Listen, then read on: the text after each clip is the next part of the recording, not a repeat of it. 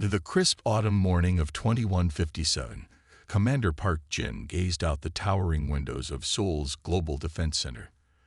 The sky held its usual blue hue, but something felt different today.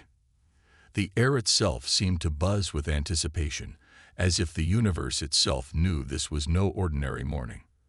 The first signs came through the quantum arrays, patterns that defied natural occurrence. At first, the technicians thought it was a glitch, but as the signals grew stronger, reality sank in. Humanity was no longer alone. Lieutenant Han Mira sat at her station, her fingers dancing across holographic interfaces as she worked to decipher the incoming transmission. Her years of theoretical work in xenolinguistics were about to be put to the ultimate test.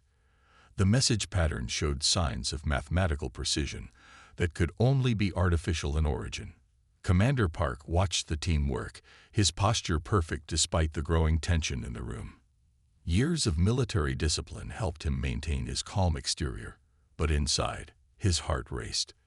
This was the moment humanity had both dreamed of and prepared for throughout its entire history. The first clear message arrived at exactly 900 hours.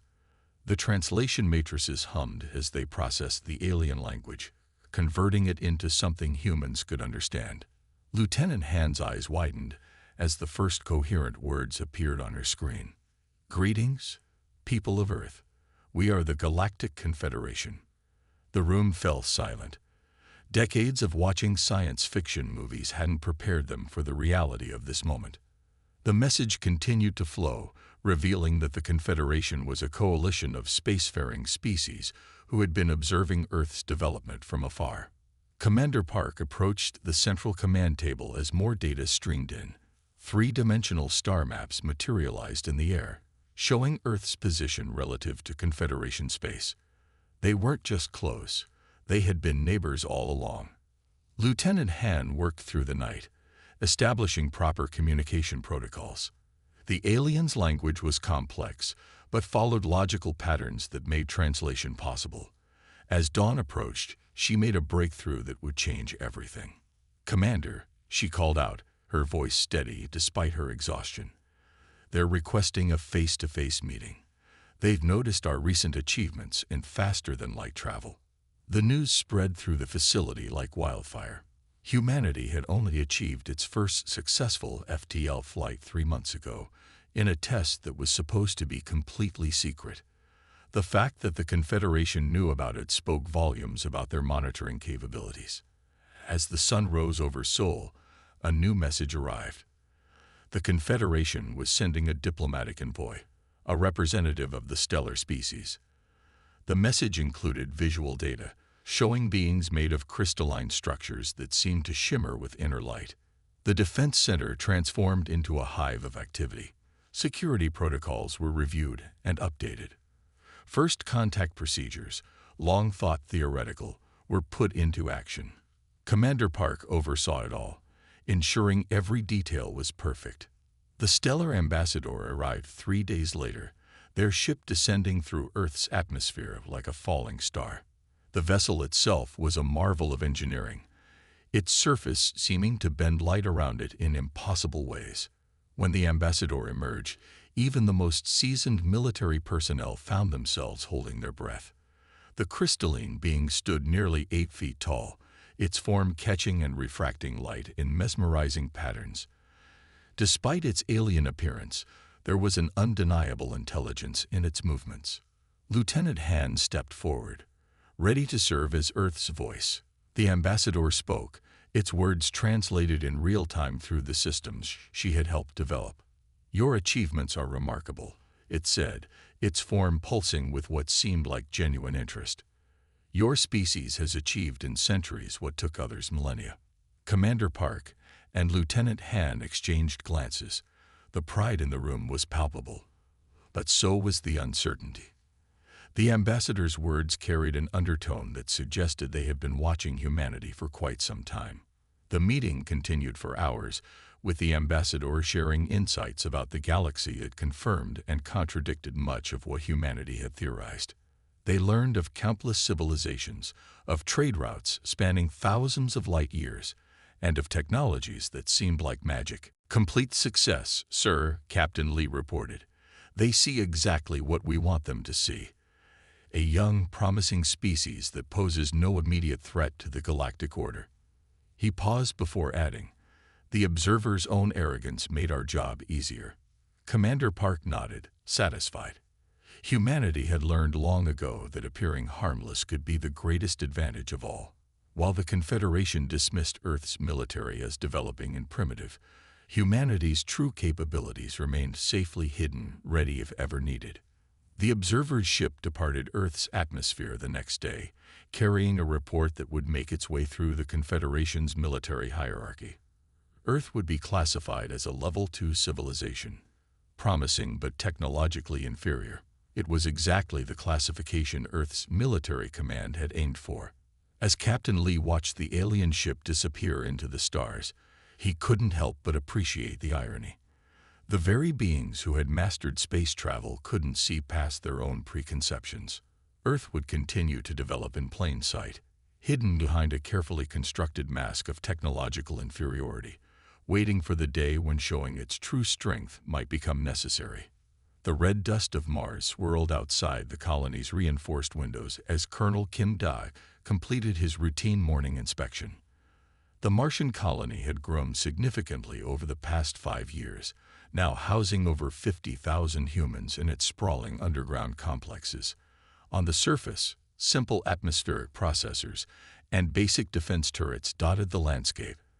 At least, that's what their visitors from the Confederation could see. The first sign of trouble came as a slight disturbance in the quantum detection grid. At first, the systems flagged it as a solar anomaly, but Colonel Kim knew better. He had spent 15 years commanding Mars' hidden defenses, and his instincts told him something was wrong. "Sir," his second-in-command called out, "we're detecting multiple spatial distortions at the edge of our sensor range." The officer's voice remained steady, but his eyes betrayed his concern. "The signatures don't match any known Confederation patterns." Colonel Kim moved to the command center's main display. The holographic projection showed dozens of ships emerging from faster-than-light travel. Their design was aggressive, all sharp angles and weapon ports, nothing like the elegant vessels of the Confederation. "Incoming transmission," the communications officer announced. The message that followed was direct and cold. "This is the Nomad Empire. Your colony is now under our control. Surrender and you may survive as laborers." The Nomad ships approached with obvious confidence, their formation suggesting they expected minimal resistance. They had likely seen the reports from the Confederation's Observer First Class, describing Earth's primitive defense capabilities. Colonel Kim allowed himself a small smile. "Initiate Defense Protocol Alpha," he ordered calmly, "and send a message to Earth Command. Tell them it's time to show our hand." Beneath the Martian surface, hidden machinery hummed to life. What appeared to be simple mining installations began to transform. Panels shifted, revealing advanced weapon systems that had remained concealed since the colony's founding. The primitive defense turrets split open, unveiling quantum-locked targeting arrays.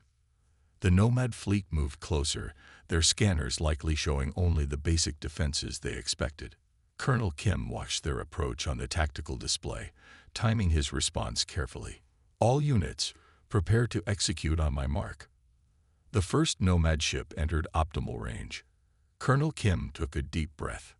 "Execute." The Martian defense grid activated in its full glory. Quantum-shielded bunkers opened across the planet's surface, revealing weapon systems far beyond what the Confederation believed humanity possessed. The mining installations revealed themselves as advanced missile silos, launching projectiles guided by AI systems that could predict and counter any evasive maneuvers. The Nomad fleet reacted with surprise, their formation breaking as they scrambled to respond to threats they hadn't believed possible.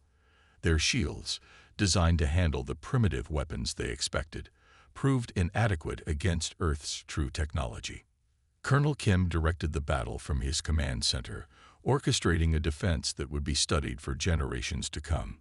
The hidden Martian fleet emerged from underground hangars, ships that combined the best of human innovation with reverse-engineered alien technology. "Sir, the nomads are requesting communication," his communications officer reported, the surprise evident in his voice.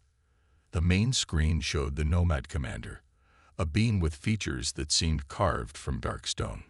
"Impossible," the nomad leader sputtered. "Your technology," the report said. "The reports showed what we wanted them to show," Colonel Kim replied calmly. "You should have questioned why a species capable of independent FTL travel would be so behind in other areas." The battle continued for another hour, but the outcome was never in doubt. The nomad fleet, prepared for an easy conquest, found themselves outmaneuvered and outgunned by defenses they never knew existed. Their ships, advanced by Confederation standards, proved vulnerable to weapons systems developed in secret by a humanity that had never forgotten its warlike past. As the last nomad vessel retreated, Colonel Kim received a message from Earth Command. "Well done," Commander Park's voice came through clearly. "The Confederation observers have already begun arriving to investigate the battle. It seems our little deception is at an end." Colonel Kim watched as the first Confederation ships appeared at the edge of the system, no doubt drawn by the energy signatures of the battle. They would find a Mars very different from the one their observer had dismissed as primitive just months before. "Send a message to all colony personnel," Colonel Kim ordered. "Tell them they can stop pretending. It's time to show the galaxy who we really are." He paused, looking at the red planet's surface through his window. The dust had settled, revealing defense installations that would make even the most advanced Confederation worlds take notice. The Nomad Empire's failed attack would go down in history as the day humanity revealed its true capabilities to the galaxy. But more importantly, it would be remembered as the day the galaxy learned that appearances could be deceiving and that underestimating humanity was a mistake no one should make twice. Major Song Mai stood at the command center of Platform Orbital 7, watching as her crews removed the fake panels that had hidden Earth's true defensive capabilities for so long. The platform, disguised as a simple weather monitoring station, transformed before her eyes into a state-of-the-art combat center. "All stations report ready," her executive officer announced. "The Nomad fleet has regrouped at the edge of the solar system. They're bringing in reinforcements." Major Song nodded, her eyes fixed on the holographic display showing the enemy fleet's position. The Nomads had not taken their defeat at Mars well. Their pride, wounded by the revelation of humanity's deception, demanded revenge. "Begin Phase 1, she ordered. Across the solar system, hundreds of supposedly inactive satellites suddenly powered up. Their simple communication arrays revealed themselves as quantum-linked command nodes, creating an instantaneous network that no enemy could intercept or disrupt. The Nomad reinforcements arrived exactly where Earth's predictive AI systems said they would. Their fleet was larger this time, with ships specifically designed to counter the weapons they had encountered at Mars. Major Song allowed herself a small smile. They still didn't understand what they were facing. "Launch the mining fleet," she commanded. Across the asteroid belt, what appeared to be ordinary mining vessels began to move. Their hulls, previously showing simple cutting lasers for asteroid mining, opened to reveal advanced weapon systems that had been developed in secret for decades. The Nomad fleet advanced with caution this time, their formation tight and defensive. They had learned from their previous encounter, but they were still fighting the last battle. Major Song watched as they approached the range of Earth's planetary defense grid. "Activate the gravity wells," she ordered. Hidden generators throughout the solar system powered up, creating artificial gravity fields that disrupted the Nomads' carefully planned approach. Their ships, caught in the unexpected gravitational distortions, struggled to maintain formation. Earth's response was coordinated with precision that astonished the watching Confederation observers. Ground-based installations on Earth, Mars, and several moons launched simultaneous attacks. The mining fleet, now revealed as a highly mobile strike force, attacked from multiple directions.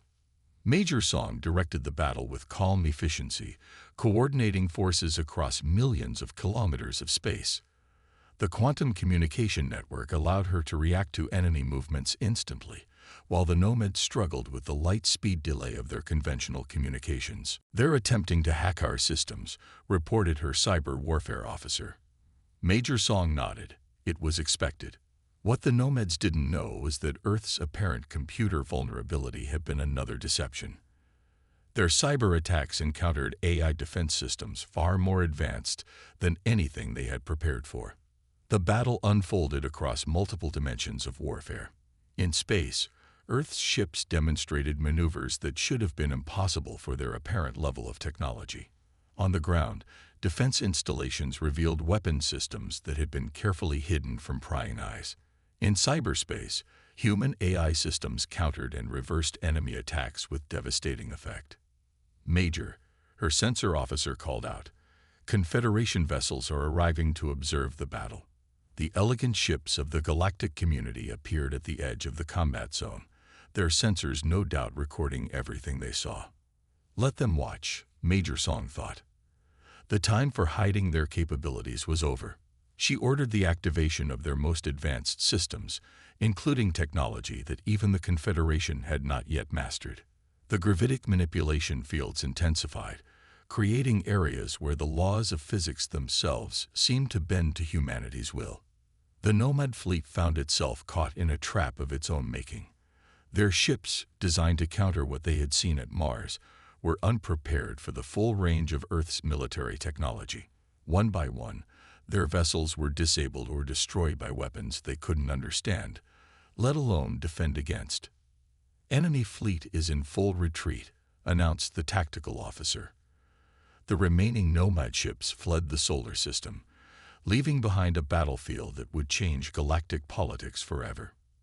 Major Song turned to face the main viewing screen, where several Confederation observers had requested communication. Their expressions, even across species boundaries, showed clear shock and disbelief at what they had witnessed. "Your species," one of them began, "has been hiding its true capabilities all along." "It wasn't a question. We learned long ago," Major Song replied, "that being underestimated can be the greatest advantage of all." She paused, looking at the battlefield display. "Perhaps now we can discuss true cooperation between equals." The battle would become known throughout the galaxy as the moment humanity revealed its full potential. The mining ships returned to their tasks, though now everyone knew their true nature. The defense platforms remained visible, a clear message to any who might threaten Earth's peace. Major Song filed her report that evening, knowing it would be read by military analysts across the galaxy. Earth had kept its secrets as long as necessary, and now it was time to take their place as a true power in the galactic community. In the grand meeting hall of the Confederation Embassy on Earth, Director Choi Sun stood before a gathering of alien representatives. The room, designed to accommodate beings from dozens of different species, hummed with an energy of anticipation and unease. The stellar ambassadors' crystalline form caught the light as they shifted in their position, their surface reflecting the mix of emotions filling the chamber. Around them, representatives from 20 different worlds waited to hear humanity's explanation for their deception. "Distinguished members of the Confederation," Director Choi began, his voice steady and clear. "Today, I will share with you the full story of Earth's military development." He activated a holographic display showing Earth as it appeared during the Cold War era. The images shifted, showing the earliest space programs. While we told the world these were purely scientific missions, each launch carried military significance. The display showed seemingly simple satellites that had hidden purposes. Even then, we prepared for the possibility that we were not alone. The alien representatives watched as decades of human history unfolded before them. What they had dismissed as primitive rocket technology had contained the seeds of advanced propulsion systems. Simple communications satellites had tested early versions of quantum entanglement devices. "The Cold War taught us caution," Director Choi continued. "We learned to hide our true capabilities, to maintain the appearance of division while secretly working together. The display showed underground facilities that had been disguised as subway stations, power plants that concealed advanced weapon research. The stellar ambassadors' crystalline form flickered with increasing frequency as they realized the extent of human preparation. Your civilian space program, they began, was real, Director Choi confirmed, but it was only the surface. Beneath every civilian installation, we built military facilities. Every commercial space station doubled as a potential defensive platform. The holographic display shifted to show the solar system. Seemingly simple mining operations in the asteroid belt revealed themselves as military production facilities. Weather monitoring stations transformed into weapon platforms. Communication relay stations became command and control centers. Your species' paranoia, one of the alien representatives began, their tentacles waving in agitation. Saved us, Director Choi finished. When the nomads attacked, they found not the primitive civilization they expected, but one that had prepared for war among the stars for generations. The display showed the true extent of Earth's defense network. Hidden bases on Mars, automated factories in the asteroid belt, and defense platforms disguised as space debris. Every piece of apparent civilian infrastructure held a military secret. The technology gap we presented to your observers was carefully calculated, Director Choi explained. We showed them exactly what they expected to see. A young species still finding its way to the stars. The stellar ambassador's form pulsed with what seemed like realization. The primitive railguns, the basic fusion drives, all part of our outer defense layer, Director Choi confirmed. Behind them, we had quantum weapons, gravity manipulation fields, and technologies we developed in isolation, some of which even the Confederation hasn't mastered. The revelation continued as Director Choi shared more details.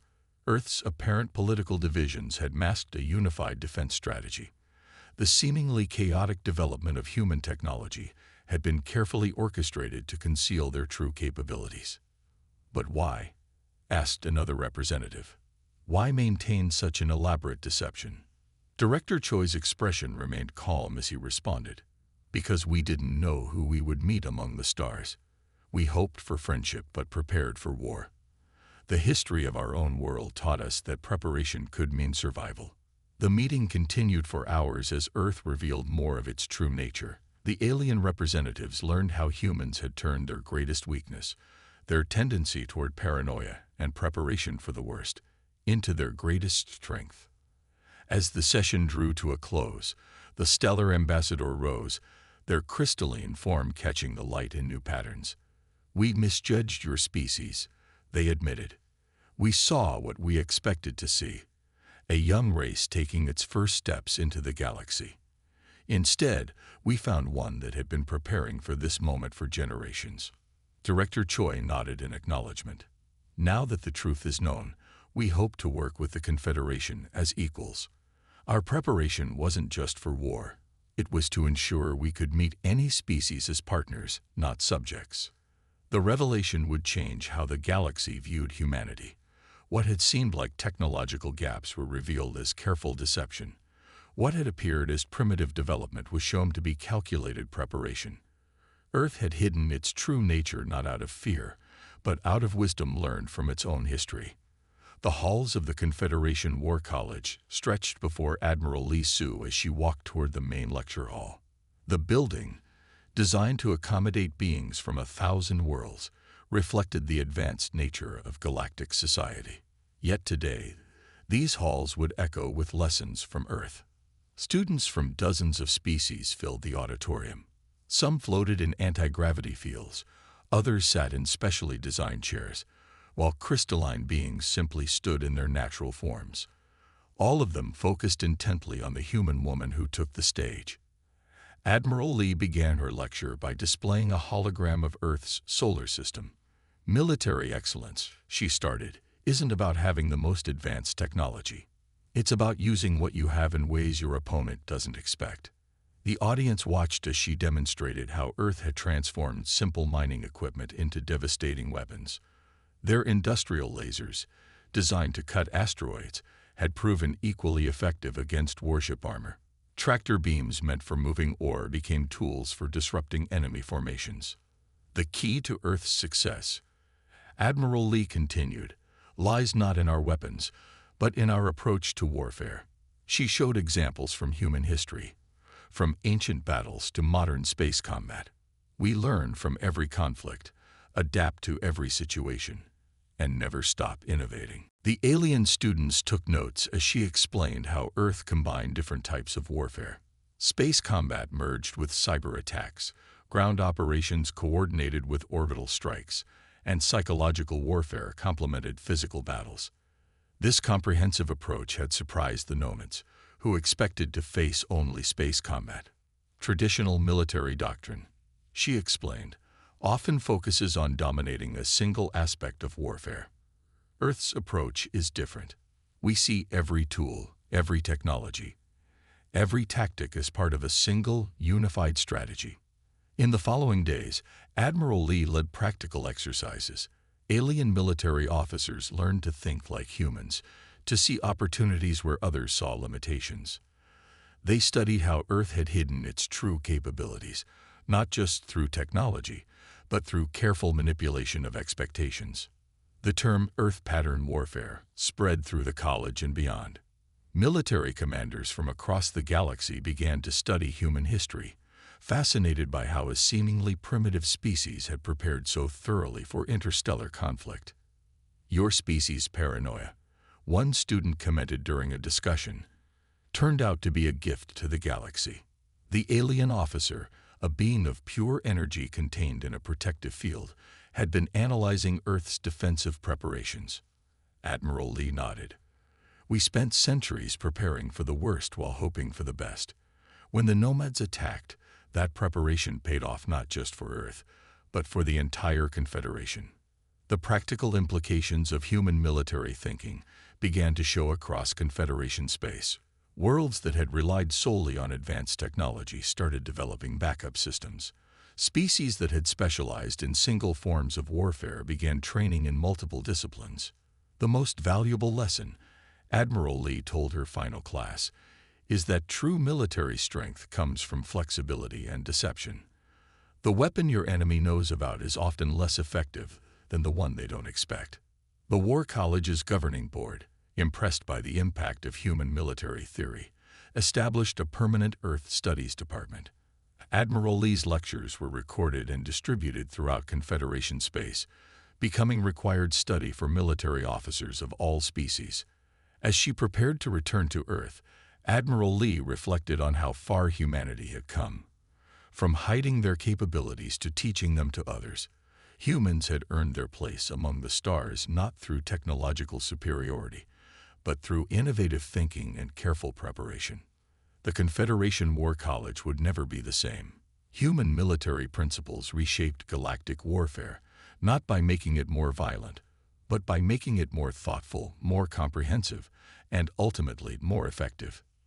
Before leaving, Admiral Lee left one final message for her students.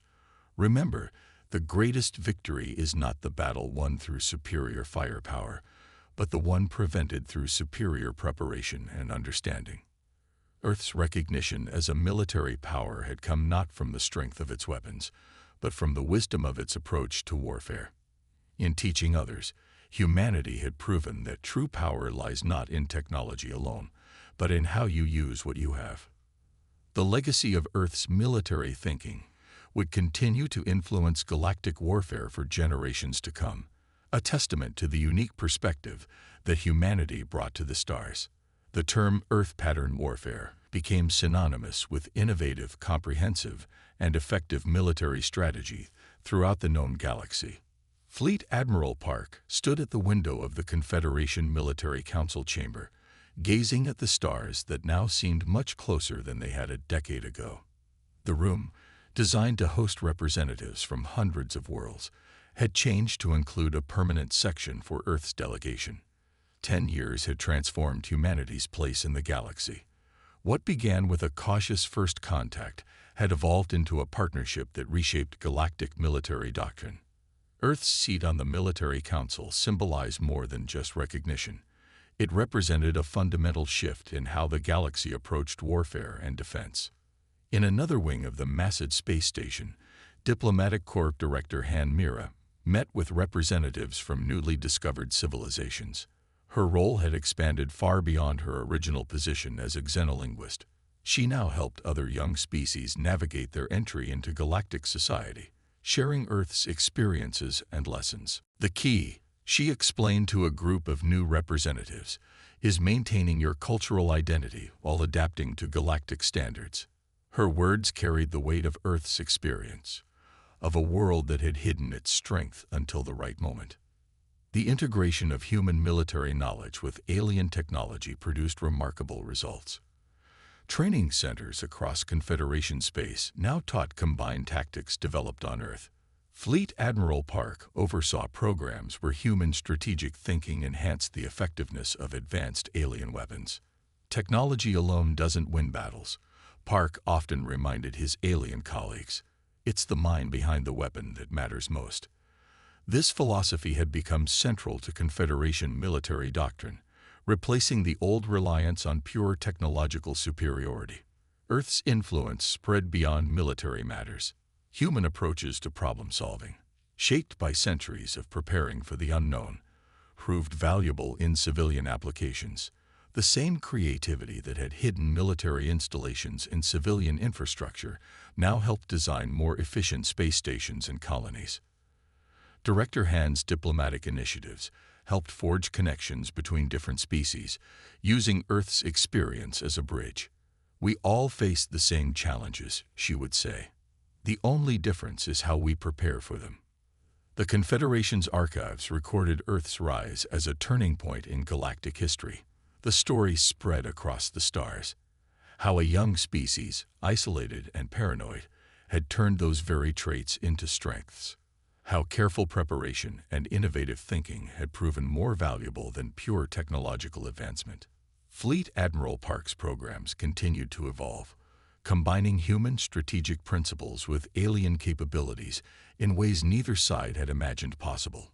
Mining ships now carried both commercial and defensive capabilities, no longer hiding their dual nature but proudly displaying it as a symbol of practical efficiency.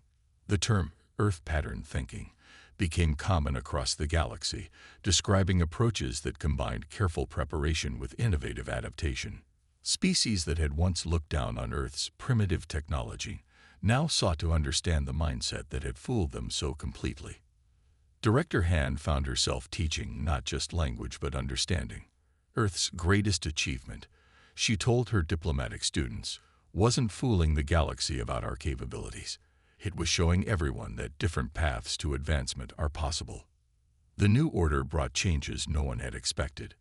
Earth's example inspired other young civilizations to develop their own unique approaches rather than simply copying Confederation standards. The galaxy became richer for this diversity of thought and method.